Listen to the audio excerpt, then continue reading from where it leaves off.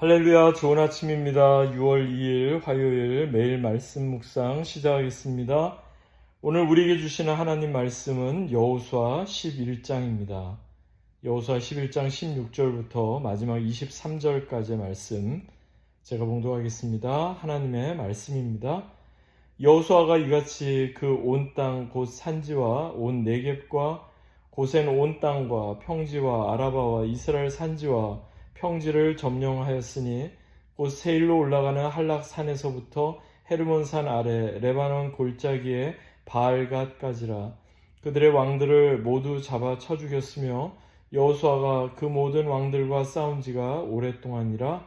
기본 주민 히위 족속 외에는 이스라엘 자손과 화친한 성읍이 하나도 없고 이스라엘 자손이 싸워서 다 점령하였으니 그들의 마음이 완악하여 이스라엘을 대적하여 싸우러 온 것은 여호와께서 그리하게 하신 것이라. 그들을 진멸하여 바치게 하여 은혜를 입지 못하게 하시고 여호와께서 모세에게 명령하신 대로 그들을 멸하게 하심이었더라. 그때 여호수아가 가서 산지와 헤브론과 드빌과 아납과 유다 온 산지와 이스라엘 온 산지에서 아낙 사람들을 멸절하고 그가 또 그들의 성읍들을 진멸하여 바쳤으므로 이스라엘 자손의 땅에는 아낙 사람들이 하나도 남지 아니하였고 가사와 가드와 아스도데만 남았더라. 이와 같이 여호수아가 여호와께서 모세에게 말씀하신 대로 그 온 땅을 점령하여 이스라엘 지파의 구분에 따라 기업으로 주매 그 땅에 전쟁이 그쳤더라. 아멘. 이는 우리에게 주시는 하나님의 말씀입니다. 주님 감사합니다. 본문을 중심으로 그 땅에 전쟁이 그쳤더라. 그 땅에 전쟁이 그쳤더라는 제목으로 함께 말씀을 나누겠습니다. 오늘 본문에서 우리는 이스라엘 백성들에게 있어서 커다란 일대의 전환점을 맞이하는 그 장면을 엿보게 됩니다. 본문이 시작되는 16절부터 20절까지의 말씀을 보면 여호수아와 그리고 이스라엘 백성들이 점령한 가나안의 각 지역 성읍들의 이름이 열거되고 있습니다. 특별히 18절에서 여호수아가 그 모든 왕과 싸운 지가 오랫동안이라 이렇게 말씀하고 있는 것을 우리가 볼 때 이 정복전쟁은요, 몇 주, 몇 개월 만에 끝난 전쟁이 아니라 적어도 몇 년 이상, 수년 동안 지속된 이렇게 지루하고도 어려웠던 그 전쟁임을 우리가 생각하게 됩니다. 지금까지 이스라엘 백성들이 가나안 땅에 들어와서 했던 것은요, 바로 전쟁이었습니다. 젖과 꿀이 흐르는 약속의 땅에서 제일 먼저 하나님께서 그들에게 명하신 것은요, 그 땅의 모든 우상 숭배와 죄악을 다 제하여 버리라 하는 거였습니다. 그러면서 이어지는 본문 21절 이하의 말씀을 보니까 몇 가지의 내용이 덧붙여지고 있는데요. 특별히 22절 보니까 이런 말씀이 나옵니다. 이스라엘 자손의 땅에는 아낙 사람들이 하나도 남지 아니하였고, 여호수아가 하나님께서 모세에게 명하신 것을 어김없이 다 순종했던 순종의 전형, 순종의 인물인 것처럼 그는 하나님 말씀하신 대로 아낙 사람들을 그 땅에 하나도 남겨두지 않고 다 멸절시켰다 하는 겁니다. 여호수아는요, 산지와 헤브론과 드빌과 아납과 유다 온 산지와 이스라엘 온 산지에서 아낙 사람들을 다 진멸시켰습니다. 그렇다면 여러분, 왜 하필 아낙 사람일까요? 이것은 과거 40여 년 전 이야기로 거슬러 올라갑니다.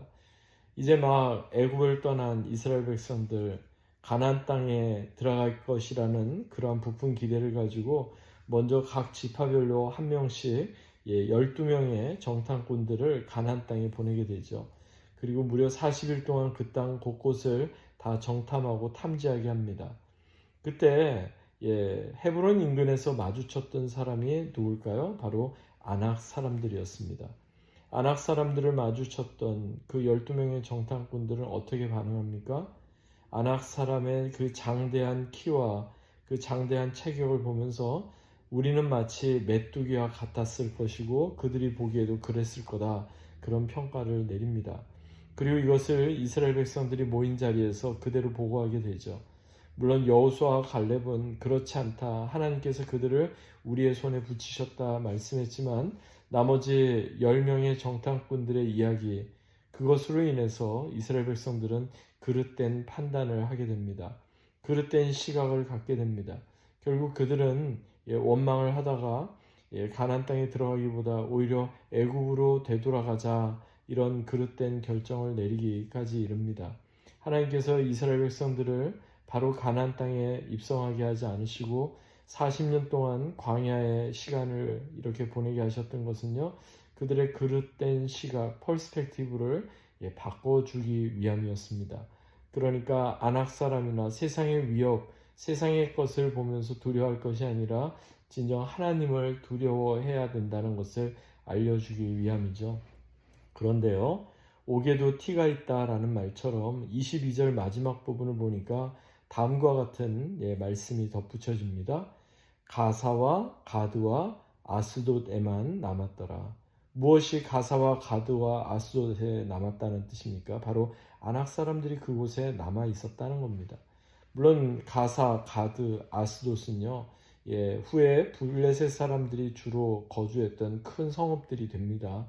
그리고 그곳을 가리켜서 일명 다섯 성읍이다, 다섯 블레셋 성읍이다라는 뜻의 펜타폴리스라고 이렇게 이야기도 합니다.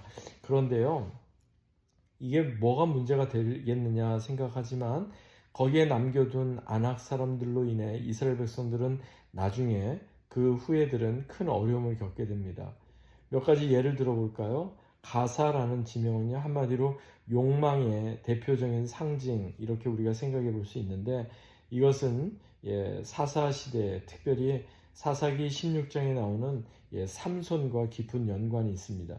삼손은 나면서부터 아주 특별한 힘과 능력을 부여받았던 이스라엘의 사사였습니다. 그래서 하나님께서는 그를 나실인으로, 구별된 사람으로 살도록 그렇게 그의 부모에게 명했죠. 그런데 삼손이 궁극적으로 결국 무너지게 됐던 그 결정적인 원인이 무엇 때문입니까? 바로 가사 출신의 블레셋 여인 들릴라로 인해서 삼손은 자신의 힘의 원천이 머리카락에서부터 나온다는 것을 그대로 이렇게 이야기하게 되고, 이로 인해서 그 눈이 빠지는 수모를 그는 겪게 되었던 겁니다.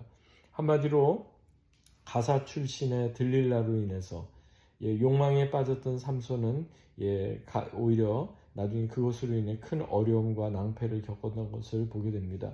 그렇다면 가드는 무엇을 상징할까요? 가드는 세상의 힘과 권력을 상징하는 땅으로 이해할 수 있습니다. 이것은 사무엘상 17장과 연관이 있는데, 사무엘상 17장을 보면 사울 왕 때 이스라엘과 블레셋이 큰 전쟁을 벌이는 장면이 나옵니다. 그때 골리앗이라는 사람이 블레셋 군대를 이끌고 가장 선두에서 이스라엘을 모욕하고 이스라엘의 하나님을 모욕합니다. 그런데요, 그 블레셋 앞에서 모욕을 당하면서도 감히 블레셋 앞에 담대히 나가 싸우려는 사람들이 아무도 없었습니다. 바로 그 골리앗이라는 사람이 가드 출신입니다. 그러니까 가드에 남겨두었던 아낙 자손의 후예가 바로 골리앗이었던 겁니다. 그래서 가드는 세상의 힘, 세상의 권력을 상징하는 땅, 이렇게 우리가 생각할 수가 있겠습니다. 마지막으로 아스돗은 어떤 곳일까요? 아스돗은 우상 숭배의 전형, 이렇게 우리가 생각할 수 있는데, 이것은 사무엘상 4장 그리고 5장에 나오는 법궤를 빼앗긴 사건과 그대로 우리가 연관 지어볼 수 있습니다. 그때도 이스라엘 백성들이 블레셋 사람들과 전쟁, 싸움이 벌어졌는데, 전세가 불리해지자 이스라엘 장로들은 당시 성막이 머물던 실로로부터 여호와의 법궤, 언약궤를 이스라엘 군대의 진영으로 가져오게 합니다. 하지만 여호와의 법궤가 이스라엘 진영으로 옮겨졌음에도 불구하고 그 전쟁에서 이스라엘은 크게 패하고 결국 법궤를 메고 있던 엘리 제사장의 두 아들 홈리와 비느하스도 전장에서 죽임을 당하고, 그리고 여호와의 법궤, 언약궤는 블레셋 사람들에게 빼앗기는 치욕을 겪게 됩니다. 그리고 그 법궤가 가장 먼저 머물렀던 곳, 바로 아스돗이었습니다. 더 구체적으로는 아스돗의 다곤 신전 안에 법궤가 이렇게 옮겨졌던 것을 보게 됩니다. 그러니까 아스돗에 남겨두었던 아낙의 후예들로 인해서 법궤를 빼앗기고 능멸당하는 그런 안타까운 일이 벌어졌던 것입니다. 결국 하나님 명하신 대로 다 정복하고 남겨두지 말았어야 했는데 이 정도는 괜찮겠지, 여기는 이스라엘 백성들이 살지 않으니까 이렇게 괜찮겠지 하고 방심하고서 가사와 가드와 아스돗에 남겨둔 안악의 자손들, 안악의 후예들로 인해서 사사 삼손은 욕망 앞에 그대로 무너졌고, 그리고 세상의 권력과 힘을 상징하는 블레셋 앞에서 이스라엘 군대는 모욕을 당했으며, 또 우상 숭배의 상징이었던 아스돗의 그 곳에 다곤 신전에 여호와의 법궤가 빼앗기는 그러한 비참한 결과를 맞이하게 되었던 겁니다. 여러분, 이것이 우리에게 주는 메시지가 무엇입니까? 우리의 신앙은요, 결코 죄와 타협할 수 없다는 겁니다. 결코 방심할 수 없다는 겁니다. 우리는 늘 깨어 있어야 합니다. 그래서 작은 전투에서는 이겨놓고 결국 큰 전쟁에서 패하는 그러한 실수를 반복해서는 안 되겠습니다. 욕망 앞에서, 그리고 세상의 힘 앞에서, 거짓과 우상 숭배 앞에서 결코 우리는 타협하거나 우리는 방심하지 말아야 하겠습니다.